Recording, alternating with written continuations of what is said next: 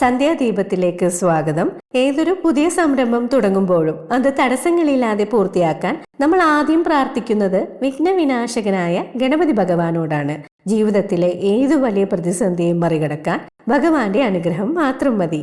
അതീവ ശക്തിയുള്ളതും ഭക്തർക്ക് ഏറെ പ്രിയപ്പെട്ടതുമായ ശ്രീ വിഘ്നേശ്വര അഷ്ടകമാണ് ഇന്നത്തെ വീഡിയോ. സകല വിഘ്നങ്ങളെയും വേരോടെ പിഴുതെറിയാൻ സഹായിക്കുന്ന ഈ 8 ശ്ലോകങ്ങളും അവയുടെ അർത്ഥവും നോക്കാം. ആദ്യത്തെ ശ്ലോകം ഇങ്ങനെയാണ്: വിഘ്നേശ്വരം ചതുർബാഹും ദേവപൂജ്യം പരാത്പരം ഗണേശം ത്വാം പ്രപന്നോഹം വിഘ്നാന്മേ നാശയാശുഭോ. ഇനി നമുക്ക് അർത്ഥം നോക്കാം. ഇതില് ചതുർബാഹും എന്ന് പറഞ്ഞാൽ എന്താണ്? 4 കൈകളുള്ളവനും. വിഘ്നേശ്വരം ചതുർബാഹും ദേവപൂജ്യം പരാത്പരം. ദേവപൂജ്യം, ദേവന്മാരാൽ പോലും പൂജിക്കപ്പെടുന്നവൻ. ഗണേശം താം പ്രപന്നാഹം, ഗണേശനെ ഞാൻ ശരണം പ്രാപിക്കുന്നു. വിഘ്നാന്മേ നാശയാശുഭോ, എന്റെ വിഘ്നങ്ങളൊക്കെ നീക്കി, എന്റെ വിഘ്നങ്ങളൊക്കെ നശിപ്പിച്ച് എന്നെ രക്ഷിക്കണമേ. അപ്പോൾ നമുക്ക് എങ്ങനെ പറയാം അർത്ഥം? 4 കൈകളിലുള്ളവനും ദേവന്മാരാൽ പോലും പൂജിക്കപ്പെടുന്നവനും എല്ലാത്തിനും ഉപരിയായവനുമായ വിഘ്നേശ്വരനായ അങ്ങേ ഞാൻ ശരണം പ്രാപിക്കുന്നു.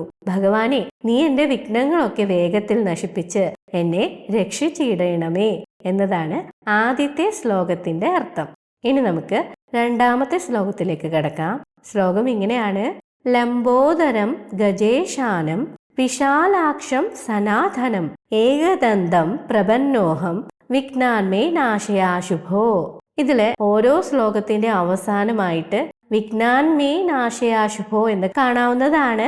അത് നമ്മുടെ വിഘ്നങ്ങൾ അല്ലെങ്കിൽ നമ്മുടെ ജീവിതത്തിലെ തടസ്സങ്ങളൊക്കെ വേഗത്തിൽ നീക്കി നശിപ്പിക്കണമേ എന്നതാണ്. അത് എല്ലാ ശ്ലോകത്തിലും പൊതുവായിട്ട് നമുക്ക് കാണാവുന്നതാണ് ആ ഒരു വരി. അപ്പോൾ നമുക്ക് രണ്ടാമത്തെ ശ്ലോകം എന്താണ് പറയുന്നത് നോക്കാം. ലംബോദരം. ലംബോദരം, ലംബോദരം എന്ന് പറഞ്ഞാൽ എന്താണ്? ഉദരം എന്നാൽ വയറ്.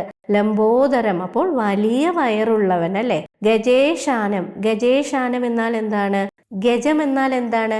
ഗജം എന്നാൽ ആന. അപ്പോൾ ഗജേശാനം എന്നാൽ ആനകളുടെ അധിപൻ. വിശാലാക്ഷം, വിശാലമായ കണ്ണുകളുള്ളവൻ, അതാണ് വിശാലാക്ഷം. അങ്ങനെയുള്ള ഏകദന്തം, ഒരു കൊമ്പുള്ള അല്ലെ, ഒറ്റ കൊമ്പനായിട്ടുള്ള അങ്ങേ ഞാൻ ശരണം പ്രാപിക്കുന്നു. അങ്ങ് എന്റെ തടസ്സങ്ങളൊക്കെ നീക്കി എന്നെ രക്ഷിക്കണമേ. അപ്പൊ നമുക്ക് എങ്ങനെ പറയാം അർത്ഥം? വലിയ വയറുള്ളവനും ആനകളുടെ അധിപനും വിശാലമായ കണ്ണുകളുള്ളവനും ആദി അന്തമില്ലാത്തവനും, അതാണ് സനാതനം. സനാതനൻ എന്ന് പറഞ്ഞാൽ ആദി അന്തമില്ലാത്തവനും, ഒരു കൊമ്പുള്ളവൻ, അതാണ് ഏകദന്തൻ. അങ്ങേ ഞാൻ ശരണം പ്രാപിക്കുന്നു.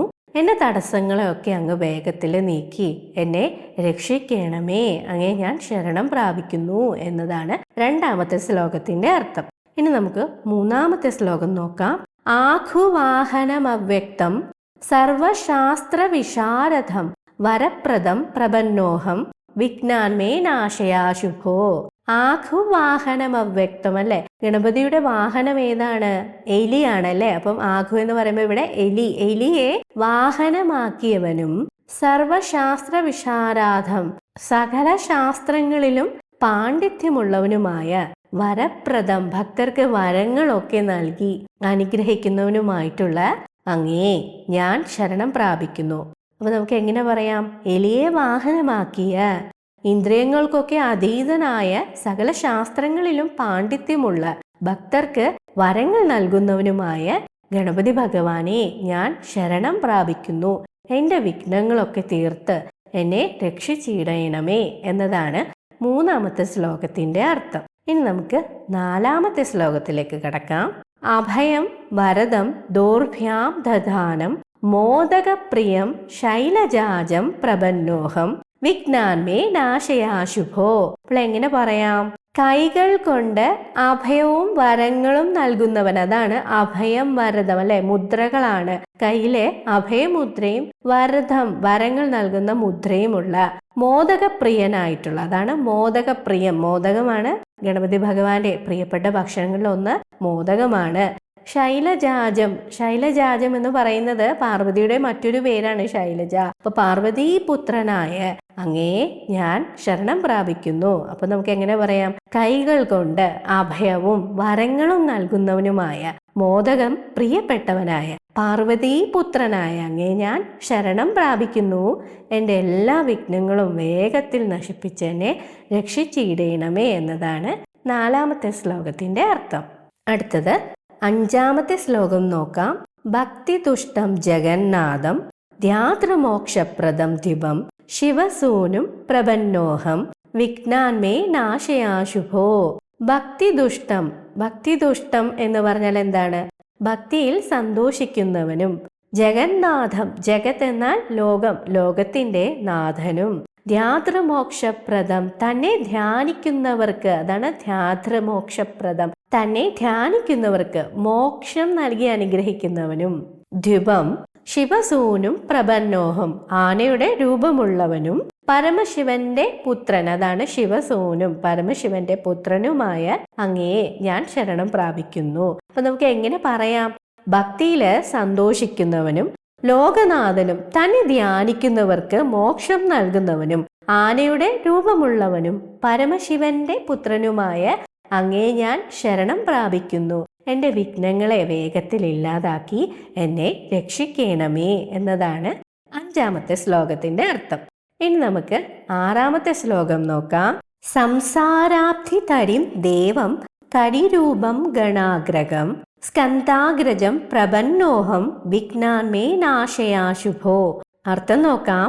സംസാരാബ്ധി തരിം, സംസാരമാകുന്ന സാഗരത്തെ കടക്കാനായിട്ട്, അതായത് മറികടക്കാനായിട്ട് ഒരു തോണി പോലെ സഹായിക്കുന്നവനാണ് അല്ലെ ഭഗവാൻ. കരിരൂപം, കരിരൂപം എന്ന് പറയുന്നത് ഗജരൂപി, അദ്ദേഹത്തിന്റെ ശാരീരിക പ്രകൃതമാണ് ഇവിടെ വർണ്ണിക്കുന്നത്. ഗണാഗ്രഹം, ഗണാഗ്രഹം എന്ന് പറഞ്ഞാൽ ഗണങ്ങളുടെ നായകനും. സ്കന്ധാഗ്രജം, സ്കന്ധാഗ്രജം എന്ന് പറഞ്ഞാൽ എന്താണ്?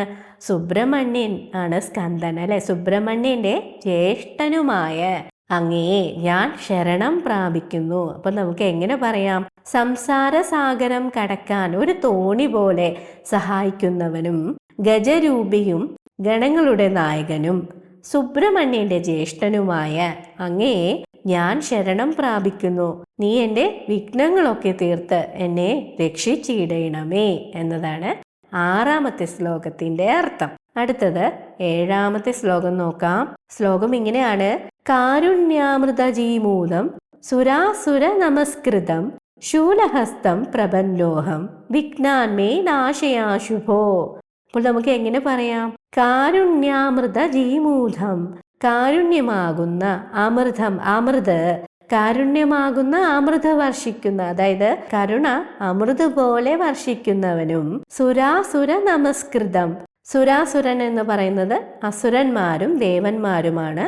സുരന്മാരെന്നാൽ ദേവന്മാർ എന്നാണ് അർത്ഥം. അപ്പൊ ദേവന്മാരായാലും അസുരന്മാരായാലും വന്ദിക്കപ്പെടുന്നവനും, ശൂലഹസ്തം, ശൂലഹസ്തം, ഹസ്തം എന്നാൽ എന്താണ്? കയ്യിൽ, കയ്യില് ശൂലം ധരിച്ചവനുമായ അങ്ങയെ ഞാൻ ശരണം പ്രാപിക്കുന്നു. എൻ്റെ വിഘ്നങ്ങളെ വേഗത്തില് നശിപ്പിച്ച് എന്നെ രക്ഷിച്ചിടണമേ. അപ്പൊ നമുക്ക് എങ്ങനെ പറയാം?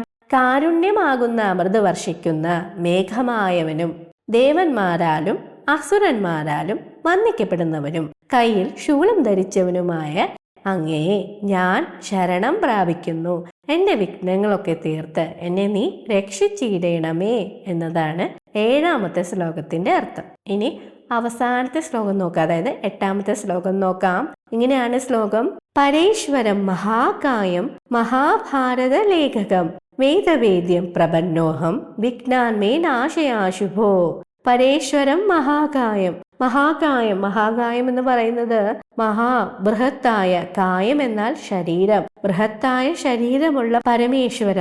മഹാഭാരത ലേഖകം, മഹാഭാരതം എഴുതിയവനും, അങ്ങനെ വ്യാസമഹർഷിക്കായി മഹാഭാരതം എഴുതിയവനും വേദങ്ങളാൽ അറിയപ്പെടേണ്ടവനുമായ അങ്ങയെ ഞാൻ ശരണം പ്രാപിക്കുന്നു. അതാണ് വേദവേദ്യം. അപ്പൊ നമുക്ക് എങ്ങനെ പറയാം? പരേശ്വരം മഹാകായം, ബൃഹത്തായ ശരീരമുള്ളവനും വ്യാസമഹർഷിക്കായി മഹാഭാരതം എഴുതിയവനും വേദങ്ങളാൽ അറിയപ്പെടേണ്ടവനുമായ അങ്ങയെ ഞാൻ ശരണം പ്രാപിക്കുന്നു. എൻ്റെ വിഘ്നങ്ങളൊക്കെ തീർത്തങ്ങ് എന്നെ രക്ഷിച്ചിടണമേ, അല്ലെങ്കിൽ എൻ്റെ ജീവിതത്തിലുള്ള വിഘ്നങ്ങളും തടസ്സങ്ങളും ഒക്കെ മാറ്റി നീ എന്നെ അനുഗ്രഹിക്കണമേ എന്നതാണ് 8ാമത്തെ ശ്ലോകത്തിൻ്റെ അർത്ഥം.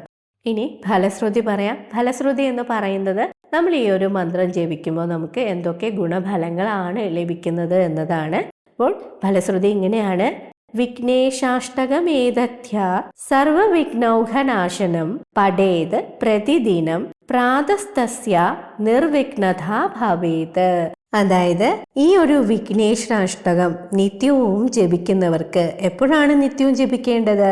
ആര് ദിവസവും രാവിലെ ജപിക്കുന്നുവോ അവരുടെ ജീവിതം തടസ്സങ്ങളില്ലാത്തതായി മാറും എന്നതാണ് ഈ ഒരു മന്ത്രത്തിന്റെ ഫലശ്രുതിയിൽ പറയുന്നത്. ഇതിൽ പ്രത്യേകം പറയുന്നുണ്ട് രാവിലെ തന്നെയാണ് ജപിക്കേണ്ടത് എന്ന്. അപ്പോൾ രാവിലെ ജപിക്കാൻ തീരെ കഴിയാത്തവർ മാത്രം വൈകുന്നേരം ജപിക്കുക. അപ്പോൾ രാവിലെ ജപിക്കുക എന്ന് പറയുന്നത് നമ്മുടെ ഒരു ദിവസം തുടങ്ങുന്നത് രാവിലെ അല്ലേ. അപ്പോൾ രാവിലെ തന്നെ ആ ഒരു ദിവസം പൂർണ്ണമായിട്ടും നമുക്ക് നല്ലതായിട്ട് വരണമെങ്കിൽ അത് രാവിലെ തന്നെ ഈ ഒരു മന്ത്രം ജപിക്കുന്നതായിരിക്കും നല്ലത്. അപ്പോൾ അതിന് സാധിക്കാത്തവർ വൈകുന്നേരം ജപിക്കുക. അപ്പോൾ ഇത്രയാണ് ഇതിൻ്റെ ഒരു ഫലശ്രുതി എന്ന് പറയുന്നത്. ഇനി ഇതിൻ്റെ ജപവിധി പറയാം. ഇതിൽ പറഞ്ഞ പോലെ തന്നെ ശുദ്ധമായിട്ട് പൂജാമുറിയിൽ വന്നിരിക്കണം. ഒരു നിലവിളക്ക് കൊളുത്താവുന്നതാണ്. നമ്മുടെ വീട്ടിൽ പൂജാമുറിയിൽ ഗണപതി ഭഗവാന്റെ ഫോട്ടോയോ വിഗ്രഹമോ ഉണ്ടെങ്കിൽ നമുക്കത് ഉപയോഗിക്കാവുന്നതാണ്. ഇല്ലെങ്കിലും കുഴപ്പമൊന്നുമില്ല. അപ്പോൾ ഒരു നിലവിളക്ക് കൊളുത്തി വയ്ക്കുക. അതിനുശേഷം നമുക്ക് ഒരു പായ വിരിച്ച് അതിലിരുന്നിട്ട് വേണം 11, 21, 108 അങ്ങനെ കണക്കുകളുണ്ട് ഈ അഷ്ടകങ്ങൾ ചൊല്ലാനായിട്ട്. നിങ്ങൾക്ക് കഴിയുന്നത്ര തവണ ഈ അഷ്ടകം ജപിക്കാവുന്നതാണ്. ബുധനാഴ്ചയും വെള്ളിയാഴ്ചയുമാണ് ഗണപതിക്ക് വളരെയധികം പ്രിയപ്പെട്ട ദിവസങ്ങൾ. ആ 2 ദിവസങ്ങൾ മുടങ്ങാതെ കൃത്യമായിട്ടും നമ്മൾ ഈ അഷ്ടകം ചൊല്ലിയിരിക്കണം. കൂടാതെ വിശേഷ ദിവസങ്ങളായിട്ടുള്ള ചതുർത്ഥി തിഥി വരുന്ന, അതായത് സങ്കടഹര ചതുർത്ഥി, വിനായക ചതുർത്ഥി തുടങ്ങിയ ദിവസങ്ങളിൽ ഈ അഷ്ടകം ജപിക്കുന്നത് ഇരട്ടി ഫലം നമുക്ക് ലഭിക്കുമെന്നാണ് വിശ്വസിക്കുന്നത്. മുടങ്ങാതെ തന്നെ നമ്മൾ ഈ വിഘ്നേശ്വര അഷ്ടകം ജപിക്കുകയാണെങ്കിൽ നമ്മുടെ ജീവിതത്തിലെ തടസ്സങ്ങളൊക്കെ മാറും. വിദ്യാർത്ഥികളാണ് ജപിക്കുന്നത് എങ്കിൽ ഏകാഗ്രതയും ബുദ്ധിശക്തിയും ഒക്കെ വർദ്ധിക്കും. അതുപോലെ തന്നെ നമ്മുടെ മനസ്സിൽ നിന്ന് ആവശ്യമില്ലാത്ത അനാവശ്യമായിട്ടുള്ള ഭയം, ഉത്കണ്ഠ തുടങ്ങിയവയൊക്കെ മാറി നമുക്ക് വളരെയധികം ഒരു മനസ്സമാധാനം കിട്ടുന്നതാണ്. കൂടാതെ കുടുംബത്തിലെ ഐശ്വര്യവും സമൃദ്ധിയും സന്തോഷവും ഒക്കെ നിലനിൽക്കുന്നതാണ്. ഇതൊക്കെയാണ് ഇതിൻ്റെ ഗുണഫലങ്ങൾ. അപ്പോൾ നമ്മുടെ ജീവിതത്തിൽ വിഘ്നങ്ങളൊക്കെ സ്വാഭാവികമാണ് അല്ലേ. എന്നാൽ വിഘ്നേശ്വരന്റെ അനുഗ്രഹം ഉണ്ടെങ്കിൽ ഏതൊരു പ്രതിസന്ധിയും നമുക്ക് മറികടക്കാമെന്നാണ്. ഭഗവാൻ വിനായകൻ നിങ്ങളുടെ എല്ലാ തടസ്സങ്ങളും നീക്കി വിജയത്തിലേക്കുള്ള വഴി തുറന്നു തരട്ടെ എന്ന് ആത്മാർത്ഥമായിട്ട് പ്രാർത്ഥിക്കുന്നു. ഇന്നത്തെ ഈ വീഡിയോ നിങ്ങൾക്ക് ഉപകാരപ്പെട്ടെങ്കിൽ ലൈക്ക് ചെയ്യാനും ഷെയർ ചെയ്യാനും കമൻറ്റ് ചെയ്യാനും മറക്കല്ലേ. ഇതുപോലുള്ള കൂടുതൽ ആത്മീയ അറിവുകൾക്കായി ഈ ചാനൽ സബ്സ്ക്രൈബ് ചെയ്യാം. നന്ദി, നമസ്കാരം.